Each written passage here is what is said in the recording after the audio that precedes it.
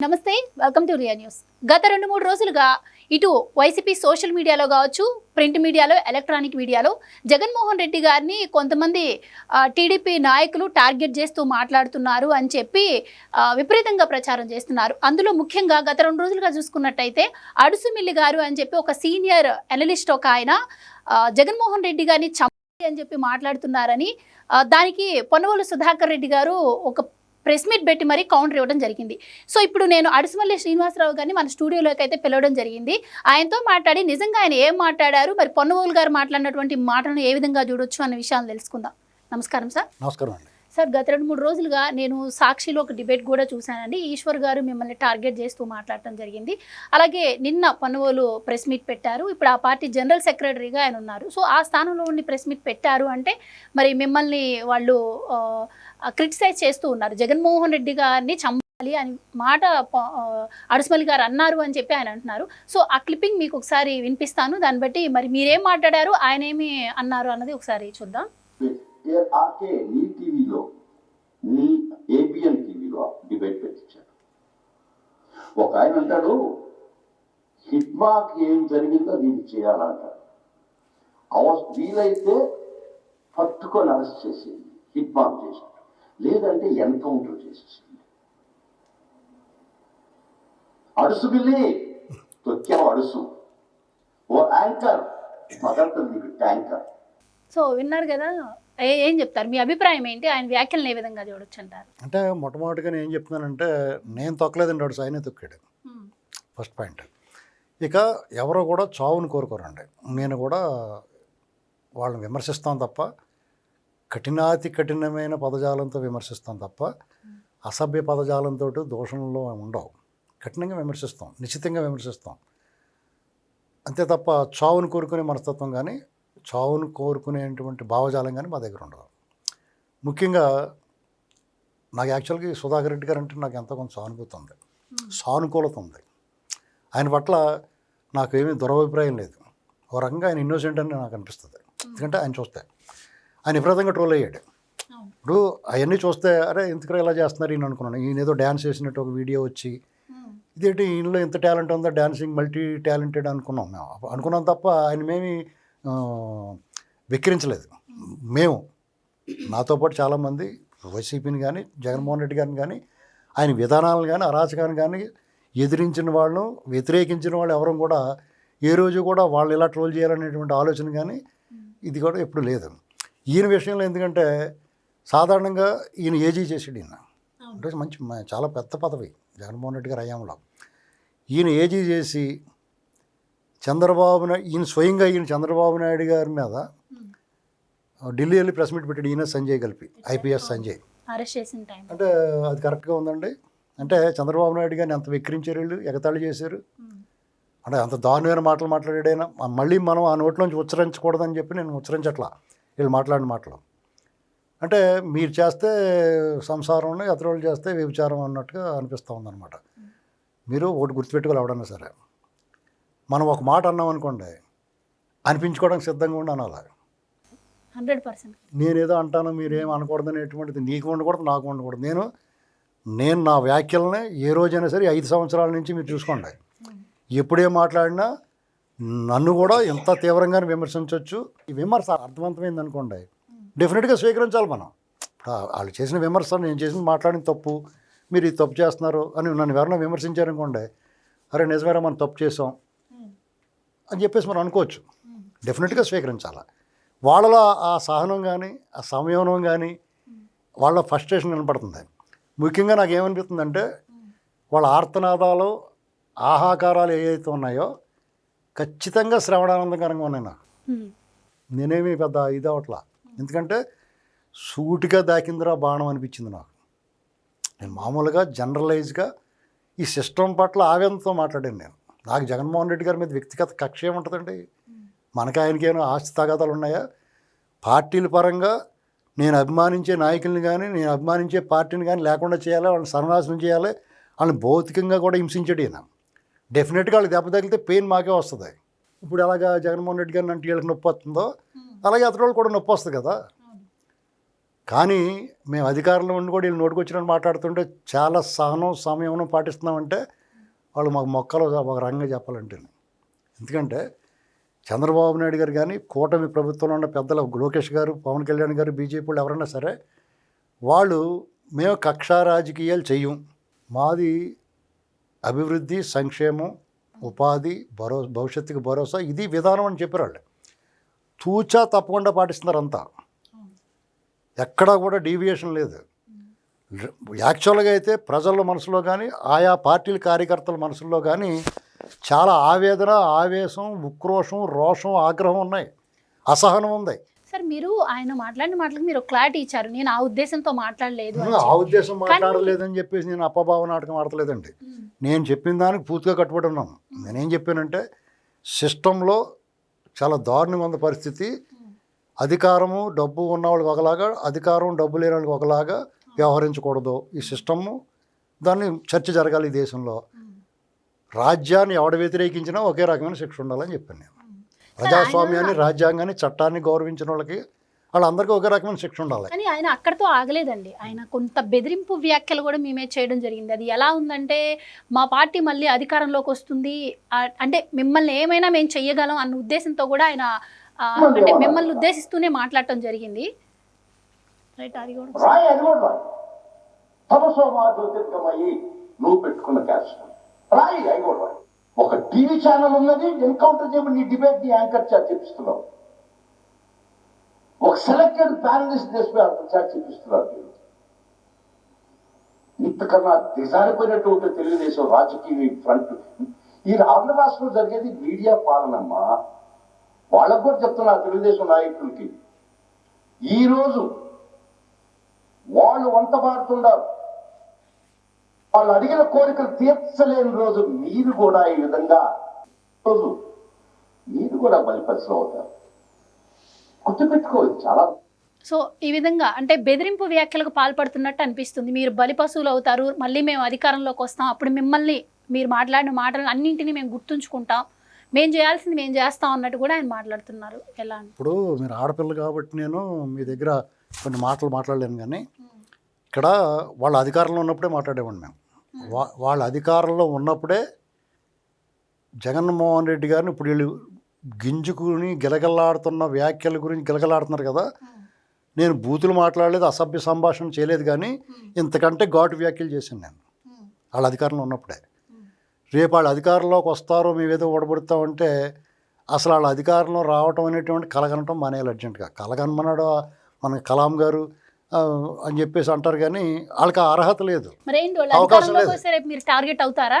అసలు వాళ్ళు టార్గెట్ అవ్వడానికి ఇప్పుడు నేనేం తప్పు చేశానండి అంటే, మనం ఎవరికన్నా తక్కువ టార్గెట్ అవ్వడానికి మనమన్నా లక్ష్యమా మనం టార్గెట్ చేయలేమా?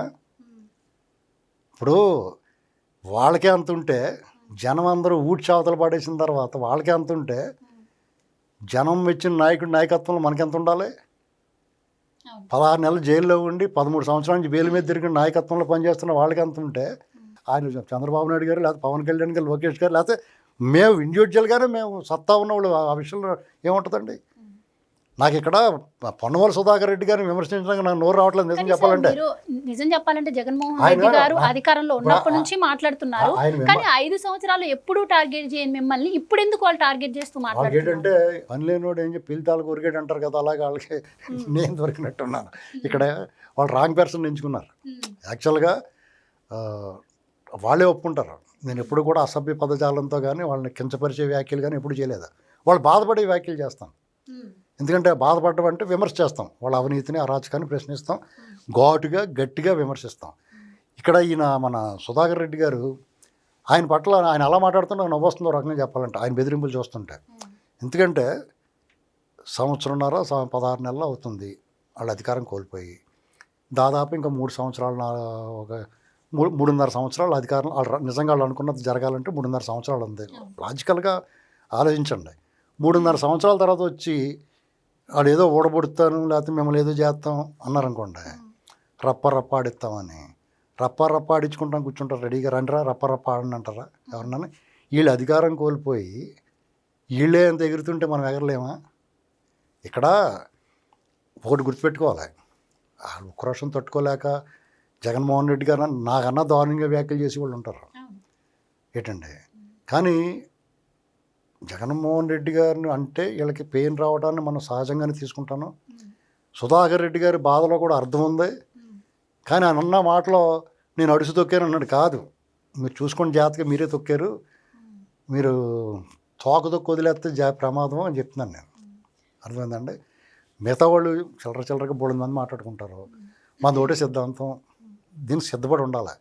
మనం ఒక మాట అంటే ఖచ్చితంగా 100 మంది 100 మాటలు అంటారు.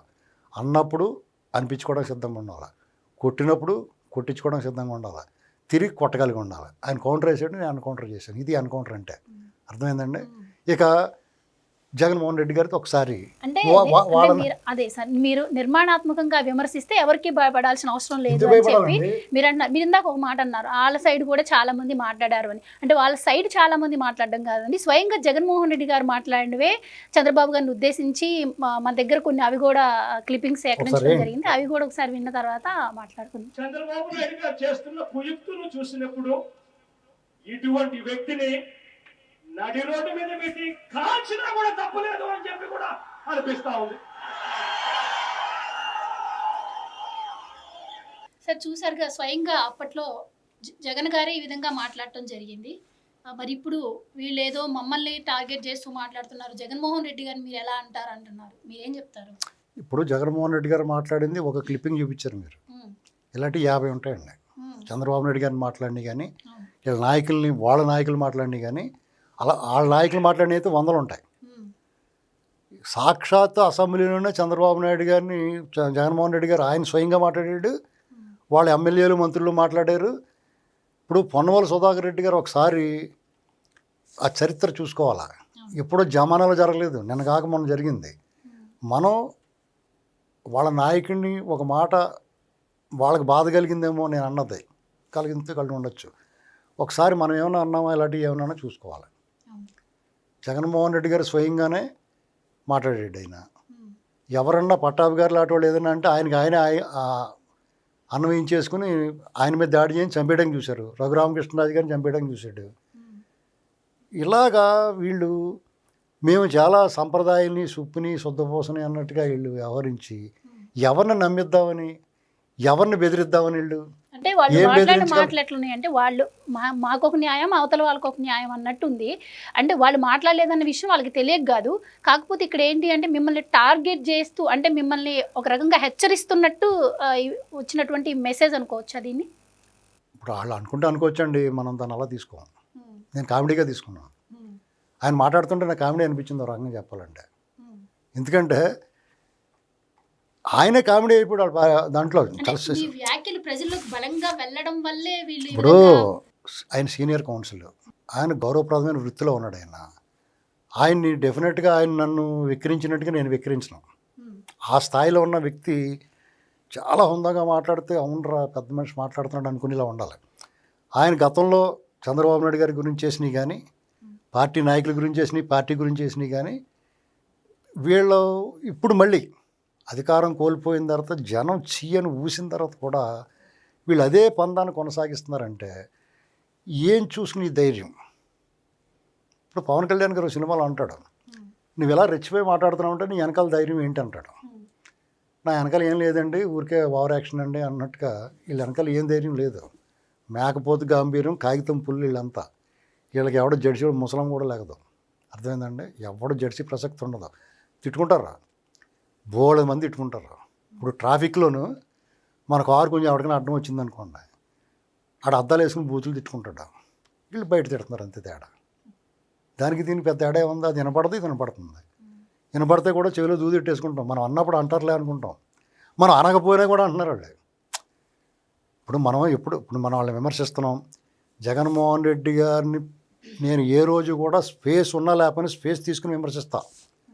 అందులో మొహమాట ఏముంది? నేను పూర్తిగా ఈ రాష్ట్ర సర్వనాశకుడు జగన్మోహన్ రెడ్డిని నమ్ముతాను. నేను నమ్మిందని చెప్తాను, చెప్పిన దాని మీద స్టాండ్ అయి ఉంటాను. వాళ్ళు ఉండమనండి అలాగా. వెంటనే మరి విజయసాయి రెడ్డి ఏమంటున్నాడు? ఇప్పుడు అంతకుముందు ఏం మాట్లాడేవారు? జగన్ రెడ్డితో సహా మొత్తం అందరూ కూడా మాట మార్చేవాళ్ళు, మడం తిప్పేవాళ్ళు. మడం మెలికలు తిరిగిపోయి ఒక రకంగా చెప్పాలంటే వాళ్ళు కార్యకర్తలే బెటరు.